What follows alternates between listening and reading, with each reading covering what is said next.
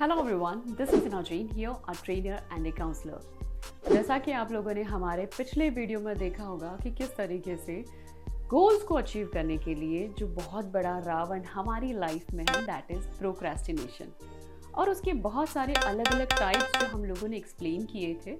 उम्मीद करती हूँ कि आप लोगों ने पता किया होगा कि आपका कौन सा टाइप है, यानी कि ऐसी कौन सी हैबिट है जिसकी वजह से आप अपनी लाइफ में गोल्स को अचीव नहीं कर पा रहे या रेजोल्यूशंस को फुलफिल नहीं कर पा रहे।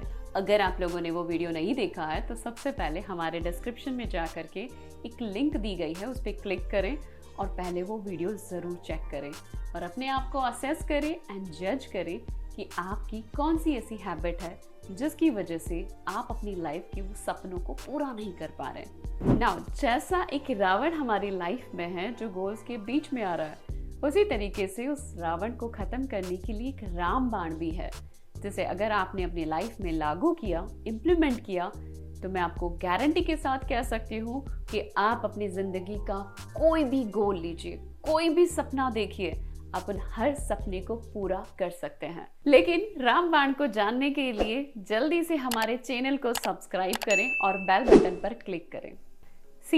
एक चीज जो आपको बहुत ज्यादा जरूरी है जानना, कि जैसे हमारी लाइफ की कुछ हैबिट है, उन हैबिट्स की वजह से हम अपनी लाइफ में गोल्स को अचीव नहीं कर पाते, लेकिन उन आदतों को बदलने के लिए ऐसा कौन सा फॉर्मूला है जिसे यूज किया जा सके, और उसे अगर यूज किया गया तो डेफिनेटली आप अपनी लाइफ के हर एक मुकाम तक पहुंच सकते हैं। सबसे पहले ये जानने की बहुत ज़्यादा ज़रूरत है आपको कि हमारी आदतें जो हैं, हमारी हैबिट्स हैं, उन हैबिट्स को बदलने के बाद ही हम अपनी लाइफ में कुछ भी अचीव कर पाते हैं, एनीथिंग। तो कहा जाए और देखा जाए इनडायरेक्टली और इनडायरेक्टली, तो जो हैबिट है हमारी वो डायरेक्टली कनेक्ट है हमारे गोल से। क्यों ना इन हैबिट्स को बदलने की कोशिश की जाए, लेकिन कैसे, क्या करें ऐसा जिसकी वजह से हम अपनी जिंदगी की उन हैबिट्स को बदल पाएं।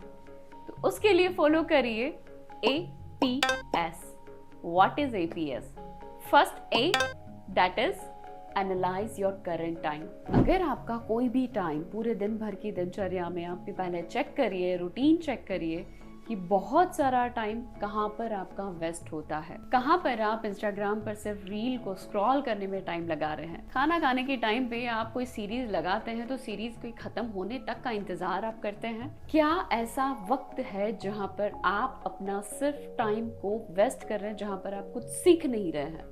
पहले उस टाइम को चेक करिए, अपने पूरे दिन भर के रूटीन के उस टाइम को निकालिए कि कितनी बजे आप उठते हैं, कितनी बजे आप सोते हैं, कितनी बजे आप क्या क्या करते हैं, अपने पूरे शेड्यूल को बनाइए, करंट टाइम चेक करिए। देन आफ्टर P का मतलब है प्लान योर टाइम। टाइम को जो आपने एनालाइज किया है उसे चेक करिए कि कौन सा ऐसा टाइम है जिसको हम प्लान कर सकते हैं या प्रायोरिटाइज कर सकते हैं। तो फाइनली अगर मैं आपको सिंपल तरीके से समझाऊं कि अपने टाइम को प्लान कैसे किया जाता है, तो सिर्फ 2 टुकड़े में करूंगी। इस पूरे टाइम को प्लान करने के लिए सिर्फ 2 स्टेप्स हैं हमारे पास। The first one, that is to do list. पहले तो अपनी टू डू लिस्ट प्लान करिए, बनाइए अपनी टू डू लिस्ट कि आज के पूरे दिन भर में आपको क्या क्या करना है, पूरे हफ्ते में आपको क्या क्या करना है, पूरे महीने में आपके कौन कौन से टास्क हैं जो आपने कंप्लीट करने हैं। अपनी एक टू डू लिस्ट बनाने के बाद सेकंड, चेक करिए कि इस टू डू लिस्ट में कौन सा काम पहले करना है और कौन सा काम बाद में करना है, यानी कि आइजनहोवर मैट्रिक्स। एक ऐसी मैट्रिक जहां पर आप अपने डिसीजन खुद ले सकते हैं। ये मैट्रिक्स चलती है अर्जेंसी एंड इंपॉर्टेंस के ऊपर। चेक करिए अपनी टू डू लिस्ट के अंदर कौन सा ऐसा काम है जो अर्जेंट है एंड इम्पोर्टेंट है। जो काम अर्जेंट भी है और इम्पोर्टेंट भी है उसे सबसे पहले करिए, उसे प्रायोरिटी में रखिए। 1 नंबर दीजिए, 2 नंबर दीजिए, उसे प्रायोरिटी वाइज रखिए। जो टास्क पहले करने हैं, इंपॉर्टेंट है और अर्जेंट है, सबसे पहले करने हैं। दूसरा, चेक करिए कि कौन सा ऐसा काम है जो अर्जेंट है बट इंपॉर्टेंट नहीं है। मैं इन कामों में अक्सर रखती हूँ अपनी हॉबीज को। कुछ ऐसा गेम जो आपको पसंद है, कुछ ऐसी हॉबीज जिसे आप फॉलो करना आपको बहुत अच्छा लगता है, प्लीज उसे डिसाइड करिए, उसे भी अपनी टू डू लिस्ट में ऐड करिए। डिसाइड करिए कि कब किया जा सकता है। मान लीजिए वो अर्जेंट नहीं है, लेकिन बहुत इम्पोर्टेंट है कि 2 दिन के बाद वो टास्क आपको सबमिट करना है किसी को। वो प्रोजेक्ट जो आपको सबमिट करना है 2 दिन के अंदर, तो उस काम को डिसाइड करिए कि आप मंडे को कवर कर लेंगे या फिर ट्यूसडे को कवर कर लेंगे। सो आपने क्या करना है, डिसाइड करना है। नाउ तीसरी ऐसी चीज जो आपको अपने टू डू लिस्ट में चेक करनी है, एंड उसके लिए आपको चेक करने की जरूरत है कि कौन सा ऐसा टास्क है जो अर्जेंट है लेकिन इम्पोर्टेंट नहीं है कि वो आप ही करें। तो आप उस काम को डेलीगेट कर सकते हैं।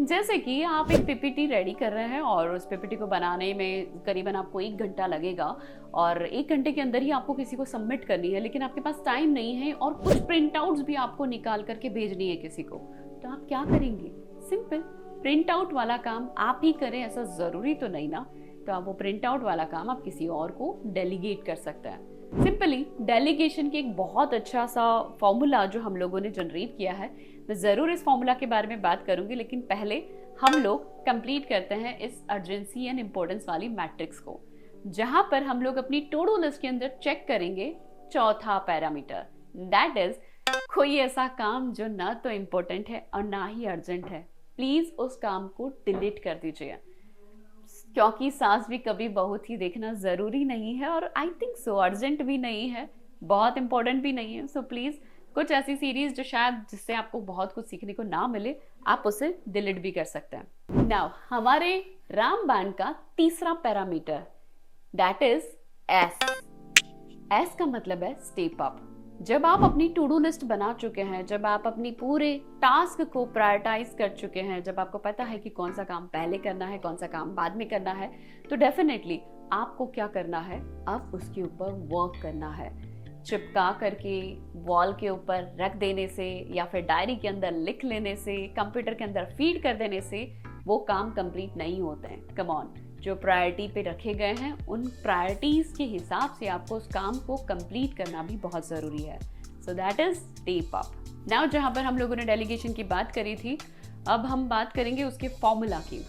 सबसे पहले आप लोगों को एक राइट पर्सन की जरूरत है, यानी कि कोई काम जो किसी को आप डेलीगेट कर रहे हैं, डेलीगेशन से पहले आप चेक करिए, किसी और को सौंप देने से पहले चेक करिए कि क्या वो सही इंसान है, क्या वो उस काम को कर पाएगा, क्या वो आपके काम को समझ पाएगा।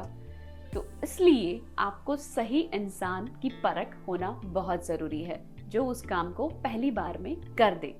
Now important and most important thing, आप उस सही इंसान को चूज करने के बाद आपने उसे समझाना है। अब समझाना क्या है? सिर्फ काम को सौंप देना वो काम कंप्लीट नहीं होगा। एक्सक्यूज मी, वो काम फिनिश जरूर हो जाएगा लेकिन कंप्लीट नहीं होगा, यानी कि आप जिस तरीके से चाहते हैं उस काम को कंप्लीट करना शायद वैसा ना हो, और इसके लिए आपने उसे प्रॉपर वे में समझाना बहुत जरूरी है, जिसमें सबसे पहले आ जाता है हमारा व्हाट, करना क्या है, उसे क्या काम करना है, उस काम को पहले समझाइए। दूसरी चीज उसे समझानी है व्हेन, यानी कि कब तक इस काम को कंप्लीट करना है, कब तक ये चीज पहुंच जानी चाहिए, या फिर कब तक ये प्रोसेस जो मैं तुम्हें दे रहा हूँ, ये जो प्रोजेक्ट दे रहा हूँ, उसे तुझे कंप्लीट करके मुझे वापस लौटाना है, कब तक, when. And the third thing that is very important and very important, that is why. इस काम को कंप्लीट करने के लिए क्या है वो रीजन जिसकी वजह से आप उसे डेलीगेट कर रहे हैं, जिसकी वजह से आपने उस इंसान को चूज किया है।